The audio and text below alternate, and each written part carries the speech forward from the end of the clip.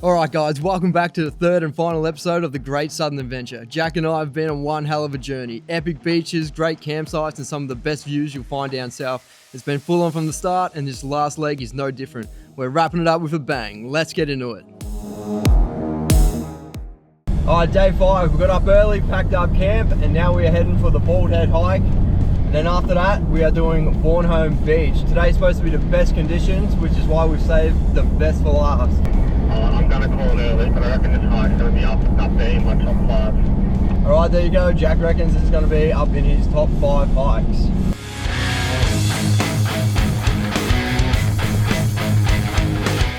Alright, we are at the bottom of the Bald Head hike. What is it, like a 14k return hike? No, I think it's 12 return. 12k return hike. We're following this little cat track. And you've already got those views. You've already got those views.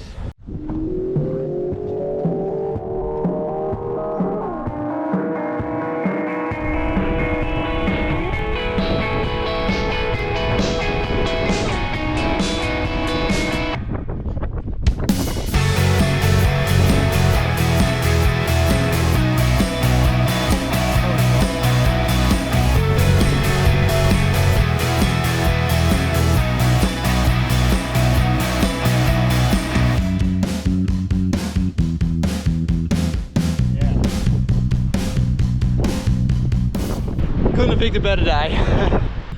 Alright, that is 2k's down. The view along the ridgeline is absolutely stunning. It should only get better. Alright, so the last time Jack and I went hiking, we did 5 big hikes at Stirling Range National Park. I think my favourite one was Tulbrin. Had like a mad climb, crazy views at the top. Really awesome.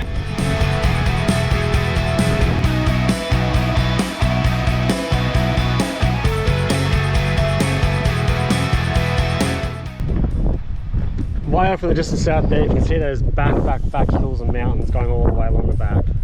Yeah. That'd be Stirling Range. It's insane. So me and Jack actually hiked Stirling Range probably about 6 months ago. Alright, 3.3k's in and we are cruising this. This is a really well maintained track, heaps of catwalks, really simple terrain, a little bit up and down here and there, but no, we are really enjoying this.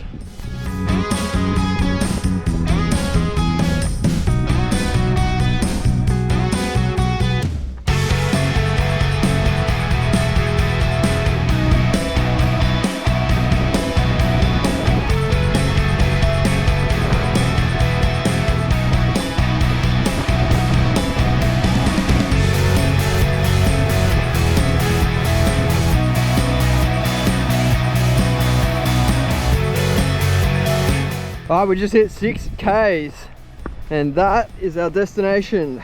We walk down like 100 steps.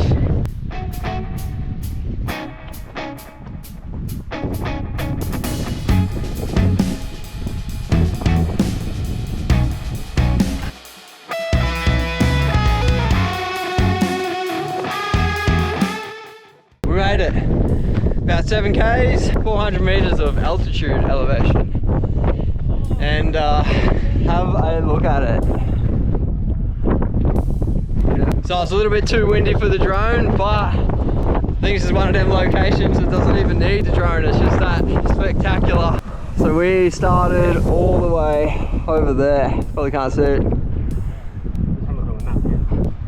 So sick, definitely recommend this hike. What do you reckon, top 5? Yeah, I think so, There's no point at this hike where you're just like moving your feet being like, alright, where's the next cool spot? The whole thing's really cool. It's like you were saying before, you didn't really want it to end. Yeah. That's good. Recommend doing it in the morning, early. Yeah. On a sunny day with no clouds, and if you can, no wind or minimal wind. I guess that's pretty much every hike, isn't it? Yeah. Yeah, it's Monday today, so there's absolutely no one here, which is the best time to do any hike, I reckon. If you're down in the area, definitely put this hike on your list. I suppose I should have a look over the other side. Well, that's cool.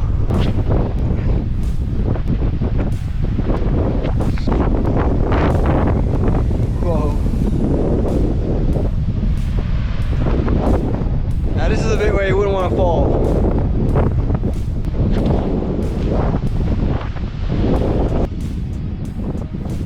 How bloody good is this?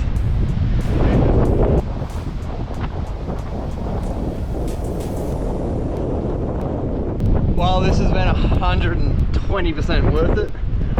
Oh, that's so cool. Alright, we're heading back to the cars. We've got Australia's toughest four-wheel drive beach to hit. Let's go. That ended up being a 14k hike with about 600, 700 meters of elevation. After the hike, we went for a swim at Mitsubishi Beach, which was absolutely beautiful. And now we are on Bornholm Road, heading for Bornholm Beach. Just airing down for like the 10th time this trip. I think we're gonna start at 13 PSI. So after this, we've both got a 5-hour drive back to Perth, and I've got to be on a plane in the morning heading to work. So hopefully nothing goes wrong down here. Go in and out of that, and I'm gonna diff out from every single fucking spot. Yeah. Yeah. And particularly with only like 10 PSI in my car. Yeah. So my clearance is this. I kick all the air out of the tires, it sinks down even further. Yeah. All right, I'll move some stuff. So we're just coming down the first little choppy bit. We've begun the decline to the beach. So far, so good. Just hope it stays good.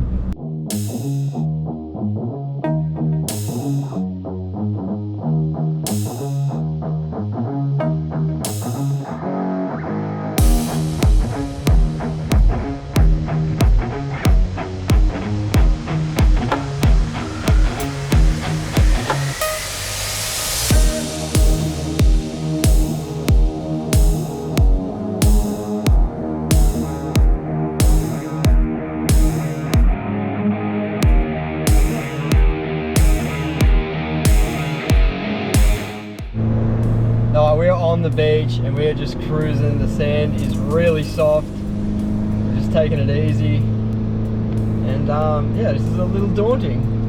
Tide's coming in too, brother. Tide's coming in.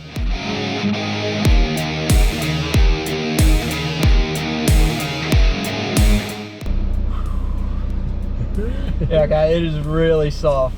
And like, I can't even drive quick along this beach. So I think we're just going to drive up, get to the point where we're going to get the run up, assess the situation and go from there.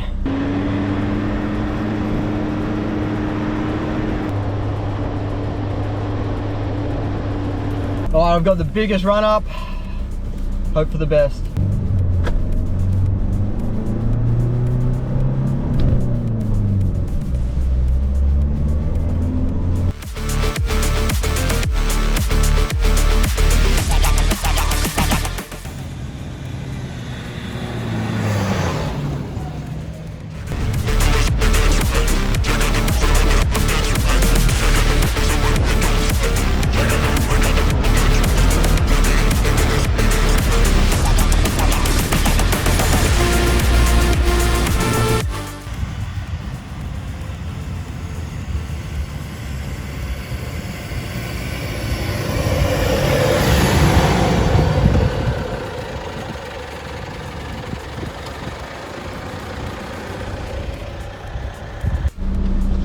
Second attempt.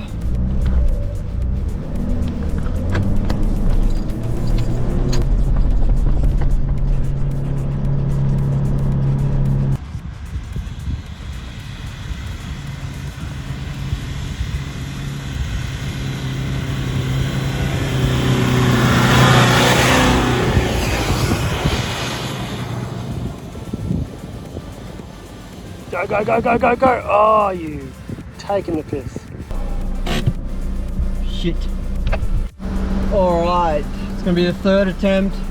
Gonna take another 2 PSI out and just hope for the best. Not looking good. Alright, 8 PSI, this has gotta work.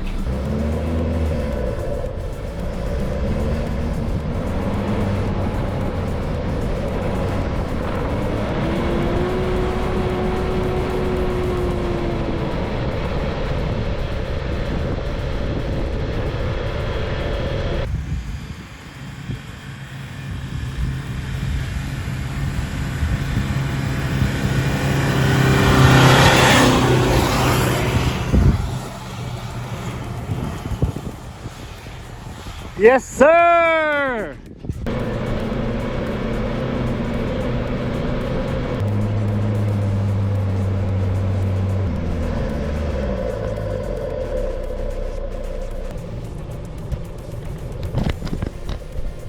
Alright, got up. That was hectic. Okay, so after 3 attempts, I finally got it. That was very scary actually. I thought I was going to get stuck down there, but went down to 8 psi and just gave it a bit more berries. Second gear low. We're heading back up to the top now. I was actually really scared to look at the tyres when I seen them at 8 psi. That's the lowest they've ever been. But nah, we did it. We're out of here. That is Australia's toughest 4-wheel drive beach. Kicked off the list, and yeah, I can't wait to get home now. So I got a flight to catch tomorrow, and the car is still in one piece. Rooftop tent still on, so it was a good trip. I haven't got out of it yet, brother. Yeah, we've actually still got a pretty rough bit to get out of here. Once we've aired up and we're on the bitumen, then we can chill. And then we can drive 5 hours back to Perth. Oh my man, so fun. This trip has been absolutely incredible, man.